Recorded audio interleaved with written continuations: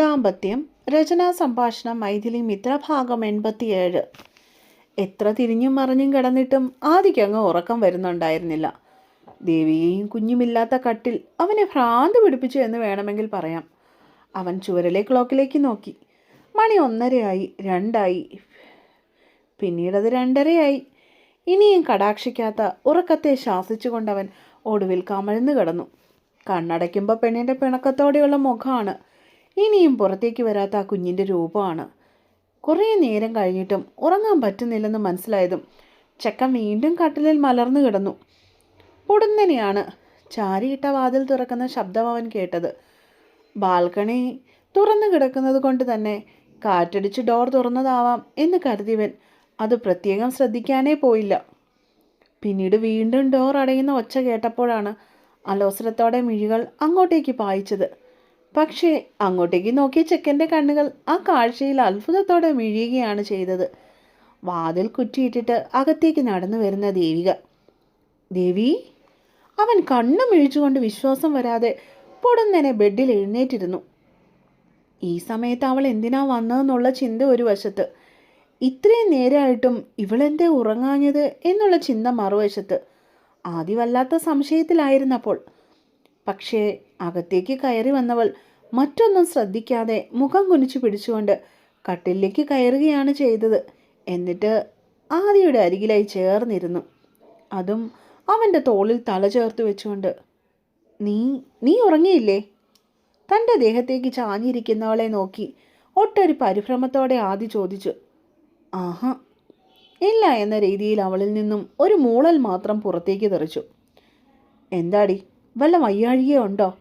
കുഴപ്പമൊന്നും ഇല്ലല്ലോ അല്ലേ?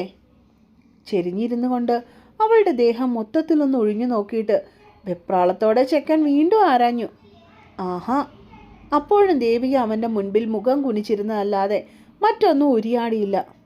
എന്താടി, എന്താ പറ്റിയേ? അവൻ ആ പെണ്ണിൻ്റെ മുഖം ഇരു കൈകളിലുമായി കോരിയെടുത്തു. മുറിയിലെ അരണ്ട വെളിച്ചത്തിൽ അപ്പോൾ അവൻ കണ്ടു ചുവന്ന് കലങ്ങിയിരിക്കുന്ന പെണ്ണിൻ്റെ കണ്ണുകളും വീങ്ങിത്തെറ്റി നീര് വെച്ചതുപോലെയുള്ള അവളുടെ മുഖവും. എന്താടി, എന്തിനാ നീ കരയുന്നേ? എന്താ പറ്റിയേ? പേടി കൊണ്ട് അവൻ്റെ ശബ്ദം ഉയർന്നിരുന്നപ്പോൾ. എന്നോട് ക്ഷമിക്കോ ആദ്യേട്ടാ? തന്നെ ഇറുക്ക പുണർന്ന് പൊടുന്നനെ തൻ്റെ നെഞ്ചിലേക്ക് മുഖം പൂഴ്ത്തി വെച്ചുകൊണ്ട് കരയുന്നവളെ കണ്ടപ്പോൾ ആദിക്കും കരച്ചിൽ വന്നു പോയിരുന്നു. ദേവി, കരയല്ലേ നീയ്? നോക്കിയേ ഡി, കരയാതെ. അവളെ എന്തു പറഞ്ഞ് ആശ്വസിപ്പിക്കണേ എന്നറിയാതെ ചെക്കൻ വലഞ്ഞു. ആദ്യേട്ടൻ ദേഷ്യപ്പെട്ടപ്പോൾ ഞാൻ ശരിക്കും പറഞ്ഞാൽ പേടിച്ചു പോയി. അതാ ഞാൻ അങ്ങനെയൊക്കെ. എനിക്കപ്പോൾ എന്ത് ചെയ്യണമെന്നോ എന്ത് പറയണമെന്നോ അറിയില്ലായിരുന്നേട്ടാ. സോറി, എന്നോട് ക്ഷമിക്ക്. പാല് തന്ന കൈക്ക് തന്നെ കൊത്തിയെന്ന് കരുതല്ലേ. ഞാൻ അങ്ങനെയൊന്നും ഉദ്ദേശിച്ചല്ല. എന്നെ വെറുക്കല്ലേ. കാല് പിടിക്കാൻ ഞാൻ. കരച്ചിലിനിടയിൽ പുറത്തേക്ക് തെറിച്ച അവളുടെ വാക്കുകൾ ആദിയുടെ നെഞ്ചിലാണ് കുത്തിക്കയറിയത്. അതിനോടൊപ്പം തന്നെ തൻ്റെ കാലിലെറിഞ്ഞ ദേവികയുടെ കൈകളുടെ സ്പർശനം അവനെ ഒന്ന് ഞെട്ടിപ്പിച്ചിരുന്നു. ദേവി, നിർത്തിക്കോ, കരയില്ലേടി. എനിക്കറിയാടി നീ പേടിച്ചിട്ട് അങ്ങനെ പറഞ്ഞേന്ന്. എൻ്റെ ദേവി, എനിക്കല്ലാതെ വേറെ ആർക്കാ മനസ്സിലാവാ? നോക്കിയേ, എൻ്റെ കുഞ്ഞല്ലേ, എൻ്റെ ജീവനല്ലേ നീ. നിൻ്റെ ആദ്യേട്ടനെ നീ ഇല്ലാതെ പറ്റില്ലടി. അങ്ങനെയുള്ള നിന്നെ ഞാൻ എങ്ങനെയാ മോളെ വെറുക്കാ? ഇരു കൈകളാലും ദേവിയെ എടുത്ത് മടിയിലേക്ക് ഒരു വശം ചെരുത്തിയിരുത്തിയവൻ ചുണ്ടുകൾ കൊണ്ട് അവളുടെ കണ്ണുനീരിനെ ഒപ്പിയെടുക്കുകയും ചെയ്തിരുന്നു. കുറേയേറെ നേരം അവളുടെ നെറുകയിൽ കൂടി വിരലോടിച്ചുകൊണ്ട് അവൻ ആ പെണ്ണിനെ തൻ്റെ നെഞ്ചിലേക്ക് പൊതിഞ്ഞു പിടിച്ചു. കഴിഞ്ഞൊന്നും മറന്നിട്ടില്ല ആദ്യേട്ടാ ഞാൻ. പക്ഷേ പക പോക്കാനോ ദേഷ്യം മനസ്സ് വെച്ചുകൊണ്ടിരിക്കാനോ എനിക്കറിയാഞ്ഞിട്ടാ. ദിവ്യേട്ടത്തി ചെയ്തതിനൊക്കെയുള്ളത് അവരിപ്പോൾ അനുഭവിക്കുന്നില്ലേ? എൻ്റെ കൈ പിടിച്ച് മാപ്പ് പറഞ്ഞപ്പോൾ ഞാനൊന്നും ആ നിമിഷം ഓർത്തില്ല ആദ്യേട്ടാ. ദേവേട്ടനും അമ്മയും എൻ്റെ മുന്നിലിരുന്ന് കരഞ്ഞ് ക്ഷമ ചോദിച്ചപ്പോൾ ഞാൻ അങ്ങ് വല്ലാണ്ടായിപ്പോയി. അവരെന്നോട് ചെയ്തതിനൊക്കെയുള്ളത് അവർക്ക് ദൈവം കൊടുത്തോളും. അല്ലാതെ ഏട്ടൻ്റെ വാക്കുകളെ ധിക്കരിച്ച് പോയതല്ല. ഈ ഭൂമിയിൽ ഞാൻ ഏറ്റവും കടപ്പെട്ടിരിക്കുന്നത് തന്നെ ഞാൻ എൻ്റെ ഏട്ടനോടല്ലേ. പെരുവഴിയിൽ കിടന്ന് ഞാനിവിടെ ഇരിക്കാനുള്ള കാരണം തന്നെ എൻ്റെ ഏട്ടനാ. ദേവിക അവൻ്റെ നെഞ്ചിൽ നെറ്റി മുട്ടിച്ചുകൊണ്ടിരുന്ന് തന്നെ ഏങ്ങലടിച്ചു. ഓഹോ, അപ്പോൾ എൻ്റെ ഭാര്യ സാക്ഷാൽ ഭൂമിദേവിയാണല്ലേ? അല്ല, ഇപ്പോൾ എനിക്കൊരു സംശയം. നാളെ ആ ഡാഷുമോനില്ലേ, ആ സുതിമോൻ, അവൻ നിന്റെ മുന്നിൽ വന്നിങ്ങനെ കരഞ്ഞാലും നീ അങ്ങ് ക്ഷമിക്കുമോ എൻ്റെ ഭാര്യയെ? പെണ്ണിൻ്റെ കരച്ചിലൊന്ന് നിർത്താൻ വേണ്ടി വളരെ തമാശയോടെയാണ് ചെക്കൻ ആ ചോദ്യം ചോദിച്ചത്. പക്ഷെ ചോദിച്ചു കഴിഞ്ഞപ്പോഴാണ് അത് വേണ്ടായിരുന്നെന്ന് മഹർഷിക്ക് ബോധോദയം ഉണ്ടായത്. ഇത്രയും നേരം മൂക്ക് വലിച്ചുകൊണ്ടിരുന്നവളുടെ മുഖം ദേഷ്യം കൊണ്ടൊരു കൊട്ട പോലെ വീർത്തിട്ടുണ്ട്. ആ കരഞ്ഞു കലങ്ങിയ കണ്ണുകളിൽ തന്നെ ദഹിപ്പിക്കുവാൻ എന്നവണ്ണം തീ ആളിക്കത്തുന്നുമുണ്ട്. ചുണ്ടുകൾ വിറയ്ക്കുന്നുണ്ട്. അതിൽ നിന്നും മനസ്സിലായിരുന്നു ആദിക്ക് അവളുടെ മനസ്സ്. മൊത്തത്തിൽ അവളുടെ കലിപ്പ് ഭാവം ആദ്യമായിട്ട് കണ്ടതുകൊണ്ടാവാം ചെക്കനൊക്കെ ഒരു പൊടിക്കൊന്ന് നാവിന് തടയിട്ടത്. ഈ ലോകത്തിൽ ആദിദേവന് നിന്നോളം പ്രിയപ്പെട്ടൊന്നും വേറെയില്ല ദേവി. എൻ്റെ ദേഷ്യവും പ്രണയവും സങ്കടവും എല്ലാം അതേ രൂപത്തിൽ നിന്നിലേക്കല്ലാതെ വേറെ ആരില്ല ദേവി ഞാൻ കാട്ടുക. നിന്നോട് എനിക്ക് ഭയങ്കര സ്വാർത്ഥതയാ ദേവി. നീ എൻ്റെ മാത്രമാണെന്നൊരു തോന്നൽ വന്നുപോയി. നിന്നെ നശിപ്പിച്ചവരോട് നീ കരുണ കാട്ടിയപ്പോൾ എനിക്ക് കൺട്രോൾ ചെയ്യാൻ പറ്റിയില്ല, അത്രയുള്ളൂ കാര്യം. പക്ഷേ എൻ്റെ പെണ്ണ് ഇത്രയും പാവം പിടിച്ചതാണെന്ന് ഞാൻ ഓർത്തില്ല കേട്ടോ. ചേർത്ത് പിടിച്ചുകൊണ്ട് അവളുടെ നെറുകയിൽ ഒരു മുത്തം കൊടുത്തവൻ പ്രണയത്തോടെ, അതിലുപരി തൻ്റേത് മാത്രമെന്ന സ്വാർത്ഥഭാവത്തോടെ. അത് കേട്ടതും ദേവികയ്ക്ക് വല്ലാതെ വന്നു. ദേവിക അവനെ നന്ദിയോടെ ഒന്ന് നോക്കിപ്പോയി. ആ വാക്കുകൾ മാത്രം മതിയായിരുന്നു അവളുടെ സങ്കടവും ദേഷ്യവും ഒക്കെ മാഞ്ഞു പോകാൻ വേണ്ടി. മുഖത്ത് പടർന്ന ദേഷ്യത്തെ മായ്ച്ചു കളഞ്ഞിട്ട് അവൾ അവൻ്റെ സ്നേഹത്തിലേക്ക് ഒന്നും കൂടി ചുരുണ്ടുകൂടിയിരുന്നു. ഇനി ഒരിക്കലും ഒരു വാക്കുകൊണ്ട് പോലും അവനെ നോവിക്കില്ലെന്ന് മനസ്സിൽ ഉറപ്പിച്ചുകൊണ്ട്. എന്നിട്ടിപ്പോൾ എന്താ പറ്റിയേ? അമ്മായിയമ്മയുടെ കൂടെ അങ്ങ് കിടന്നാൽ പോരായിരുന്നോ? എന്തേ ഇങ്ങോട്ടേക്ക് വന്നു? അവളുടെ വിതുമ്പലടികളും കരച്ചിലും ദേഷ്യവും ഒന്ന് കുറഞ്ഞുവെന്ന് തോന്നിയതും അവൻ വീണ്ടും പെണ്ണിനോട് കുറുമ്പ് കാട്ടുവാൻ തുടങ്ങി. ഓരോന്നൊക്കെ ശീലിപ്പിച്ചു വെച്ചിട്ട് എനിക്ക് ഉറക്കം വന്നില്ല. മുഖത്ത് നോക്കാതെ പരിഭവം പറയുന്നവളെ നോക്കി കൺമുൻപിൽ കാണുന്നത് സത്യമോ മിഥ്യയോ എന്നറിയാതെ അവൻ ഇരുന്നു പോയി. പോയത് ഞാനല്ലല്ലോ, നീയല്ലേ? അവനിനപ്പോഴും ചിരിയായിരുന്നു. അതാ ഞാൻ തിരിച്ചു വന്നേ. എനിക്കറിയാം എൻ്റെ ആദ്യേട്ടൻ ഞാനില്ലാതെ ഉറങ്ങില്ലെന്ന്. പെണ്ണെന്ന് മുഖം ഉയർത്തി അവൻ്റെ കണ്ണുകളിലേക്ക് നോക്കിക്കൊണ്ട് പിറുപിറുത്തു. എൻ്റെ ദേവി, നീ ഇങ്ങനെയൊന്നും നോക്കല്ലേ പെണ്ണേ. എൻ്റെ വാവ ഈ കുഞ്ഞുവയറ്റിലുണ്ടെന്നുള്ള കാര്യം ഞാനങ്ങ് മറന്നുപോകും. വലം കൈകൊണ്ട് അവളുടെ ഉദരത്തിന് മുകളിൽ തലോടിക്കൊണ്ട് തന്നെ ആദ്യം ഉച്ചത്തി പൊട്ടിച്ചിരിച്ചു. ദേവിക നാണത്തോടെ അവനിൽ നിന്ന് നോട്ടം മാറ്റിക്കൊണ്ട് വീണ്ടും കുനിഞ്ഞിരുന്നു.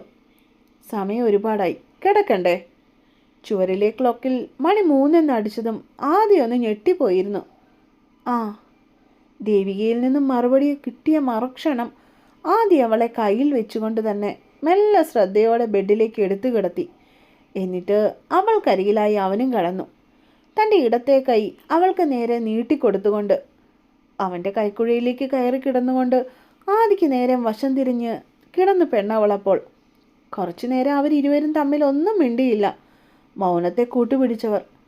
പക്ഷെ ആദിയുടെ വലം കൈ അപ്പോഴും അവളുടെ ഉദരത്തിന് മുകളിൽ പതിയെ തൊട്ട് തലോടുന്നുണ്ടായിരുന്നു. ആദിയേട്ടാ. കുറച്ചു നേരം കഴിഞ്ഞതും ദേവികയാണ് മെല്ലെ സംസാരിക്കുവാനായി തുടക്കമിട്ടത്. എന്തോ? പെണ്ണിൻ്റെ നെറുകയിൽ ഒരു മുത്തം കൊടുത്തിട്ട് ചെക്കൻ പ്രണയത്തോടെ അവളുടെ വിളി കേട്ടു. എന്നോട് ക്ഷമിക്കുമോ? വീണ്ടും എന്തുകൊണ്ടോ ദേവിക ഒരു വട്ടം കൂടി ചോദ്യം ആവർത്തിച്ചു. കണ്ണുകൾ നിറഞ്ഞെങ്കിലും അവളത് പൊടുന്നനെ അവൻ്റെ ബനിയനിൽ തുടച്ചു കളഞ്ഞിരുന്നു. ഏയ്, എന്താ ദേവി ഇത്? അവൾക്ക് നേരെ വശം തിരിഞ്ഞു കിടന്നുകൊണ്ട് പെണ്ണിനെ പൊതിഞ്ഞു പിടിച്ചവൻ. ഞാൻ ആദ്യേട്ടനോട് മുറിയിൽ നിന്ന് ഇറങ്ങിയപ്പോൾ പറയരുതായിരുന്നു. സോറി ഏട്ടാ, എന്നോട് ക്ഷമിക്ക്. അവളിൽ വീണ്ടും വിതുമ്പലുകൾ പൊട്ടി. എൻ്റെ പൊന്നു കുഞ്ഞെ, നീ അല്ലല്ലോടി, ഞാനല്ലേ നിന്നോട് ക്ഷമ ചോദിക്കേണ്ടത്? ഞാനല്ലേ നിന്നോട് ദേഷ്യപ്പെട്ടത്? ആദ്യം അവളുടെ നെറുകയിൽ തഴുകിക്കൊണ്ട് അവളെ വീണ്ടും ആശ്വസിപ്പിക്കുവാനായി ശ്രമിച്ചു. അല്ല, ഞാൻ അമ്മാപ്പ് പറയണ്ടേ. എൻ്റെ ആദ്യേട്ടനെ ഞാൻ സങ്കടപ്പെടുത്തി. അവൾ അവനെ ഇറുക്ക പുണർന്നു. എൻ്റെ ദേവി, നീ കരച്ചിൽ നിർത്തുന്നുണ്ടോ? നീ കരഞ്ഞാൽ നമ്മുടെ കുഞ്ഞും കരയും കേട്ടോ. ഒടുവിൽ അവൻ തീർത്തു പറഞ്ഞു. ആദ്യേട്ടൻ എന്നെ വെറുക്കോ? പക്ഷെ പെണ്ണിൽ അപ്പോഴും സങ്കടമായിരുന്നു. എന്തിനാ മോളെ നീ ഇങ്ങനെ ചോദ്യം ചോദിച്ച് എന്നെ സങ്കടപ്പെടുത്തുന്നേ? അവൻ അവളുടെ കണ്ണുനീര് തുടച്ചു കളഞ്ഞുകൊണ്ട് സാവധാനത്തിൽ വീണ്ടും തിരക്കി. ആദ്യേട്ടൻ പറയ്, എന്നെ വെറുക്കോ? അവൾ വീണ്ടും വാശി കാട്ടി. നിന്നെ വെറുത്താ ഞാൻ എന്നെ വെറുത്തുന്നല്ലേ ദേവി. എനിക്ക് നിന്നെ ഈ ജന്മത്തിൽ മറക്കാനും വെറുക്കാനും പറ്റത്തില്ലടി. പെണ്ണിൻ്റെ കവിളിൽ മെല്ലിയൊരു മുത്തം കൊടുത്തിട്ട് ചെക്കൻ ഉറപ്പ് നൽകി. ദേവിക്ക് ചങ്ക് പൊട്ടുന്നുണ്ടായിരുന്നു. അവനെ കുറച്ചു നേരത്തെങ്കിലും മാറ്റി നിർത്തിയതിൽ സങ്കടം കൊണ്ട് ചെയ്തു പോയതാണ്. അതുകൊണ്ട് തന്നെയാണ് രാധമ്മ നിർബന്ധിച്ചപ്പോൾ അമ്മയുടെ കൂടെ കട്ടിലിൽ കയറി കിടന്നതും. പക്ഷെ ഉറങ്ങാൻ പറ്റണ്ടേ? കണ്ണടയ്ക്കുമ്പോൾ ആദ്യേട്ടൻ്റെ മുഖമാണ് ഓർമ്മ വരുന്നത്. ഇനിയും കാണാതിരിക്കാനും മിണ്ടാതിരിക്കാനും പറ്റില്ലെന്ന് തോന്നിയതും അമ്മയോട് പറഞ്ഞിട്ട് നേരെ ഇങ്ങി പോന്നു. ഈ കൈയില്ലാതെ ദേവിക്ക് ഒരിക്കലും ഉറങ്ങാൻ പറ്റില്ലല്ലോ. ഈ സ്പർശനമില്ലാതെ ദേവിക എങ്ങനെയാ സുഖമായി കിടന്നുറങ്ങുക? ആദ്യേട്ടനല്ലെങ്കിൽ ദേവിക ഒന്നുമല്ല. തീർന്നോ എൻ്റെ കുഞ്ഞിൻ്റെ സങ്കടങ്ങൾ? അവളുടെ കവളിൽ ഒരു കുത്തു കൊടുത്തിട്ട് ചെക്കനൊന്ന് ചിരിച്ചു. കഴിഞ്ഞു. അവളും ആ ചിരിയിൽ പങ്കുചേർന്നു. ഇനി ഈ ടോപ്പിക്ക് നമുക്കിടെ വേണ്ടാട്ടോ, അവൻ ശാസിച്ചു. എനിക്ക് സങ്കടം വരുമ്പോൾ ഞാൻ പറഞ്ഞു പോവും. അവൾ ചെക്കൻ്റെ നെഞ്ചിൽ മൂക്കിട്ടുരുമ്മി. നീ ഒരു കാര്യം ഓർക്കണം ദേവി, ലോകത്തിൽ അടിപിടിക്കാത്ത ഒരു ഭാര്യയും ഭർത്താവും കാണില്ലടി കുഞ്ഞെ. പക്ഷേ അതൊരൊറ്റ രാത്രിക്കപ്പുറം പോവാതെ നോക്കിയാൽ മതി. അവിടെയാണ് ദാമ്പത്യത്തിൻ്റെ വിജയം. ചില വഴക്കുകൾ സ്നേഹക്കൂടുതൽ കൊണ്ടാ എൻ്റെ ഭാര്യയെ. അതുകൊണ്ട് എൻ്റെ ദേവി ഇപ്പോൾ അതൊന്നും ഓർത്ത് സങ്കടപ്പെട്ടിരിക്കല്ലേ. ഒന്നുമില്ലല്ലോ എൻ്റെ തത്തയ്ക്കുള്ള കൂട്ടല്ലേടി ഈ വയറ്റിൽ വളരുന്നത്. അതും പറഞ്ഞുകൊണ്ട് പെണ്ണിൻ്റെ ചുരിദാറിൻ്റെ സ്ലിറ്റ് ഇത്തിരി എടുത്ത് പൊക്കി വെച്ചവൻ, ഇതെൻ്റെ കുഞ്ഞിനാ. എന്നിട്ട് ചെരിഞ്ഞു കിടന്നുകൊണ്ട് തന്നെ കൈമുട്ടിൽ തൻ്റെ ശരീരഭാരം താങ്ങി ആദ്യം അവളുടെ മയറിന് മുകളിൽ ചുണ്ടുകൾ പതിപ്പിച്ചു. ഇതെൻ്റെ ദേവിക്കും. മുകളിലേക്ക് വന്ന് അവളുടെ ചുണ്ടുകളിൽ നേർമയായി ഒന്ന് മുത്തിയിട്ട് തല വീണ്ടും പിന്നിലേക്ക് വലിച്ചവൻ. ആദ്യേട്ടാ. അവനെ വാക്കുകൾ കൊണ്ട് നോവിച്ചതിൽ കുറ്റബോധം ഉള്ളിൽ നുരഞ്ഞു പതയുന്നുണ്ടെങ്കിലും ദേവിക അവനെ ഇറുക്കപ്പുണർന്നുകൊണ്ട് അവൻ്റെ നെഞ്ചിന് മുകളിലേക്ക് തന്നെ മുഖം ചേർത്ത് വെച്ചുകൊണ്ട് കണ്ണുകൾ ഇറുക്കി അടച്ചു. അതേസമയം തന്നിലെ ദേഷ്യത്തിൻ്റെ വാതിൽ ദേവികയ്ക്ക് മുൻപിൽ ഇനി ഒരിക്കലും തുറക്കരുതെന്ന് മനസ്സിൽ ഉറപ്പിച്ചുകൊണ്ട് കൊട്ടി അടയ്ക്കുകയായിരുന്നു ആദ്യ അപ്പോൾ. കാരണം അവൻ അറിയാമായിരുന്നു ഗർഭാവസ്ഥയിൽ ഒരു പെണ്ണിൽ വരുന്ന മാനസികവും ശാരീരികവുമായ മാറ്റങ്ങൾ അവളിൽ ഉണ്ടാക്കുന്ന വ്യതിയാനങ്ങളെക്കുറിച്ച്.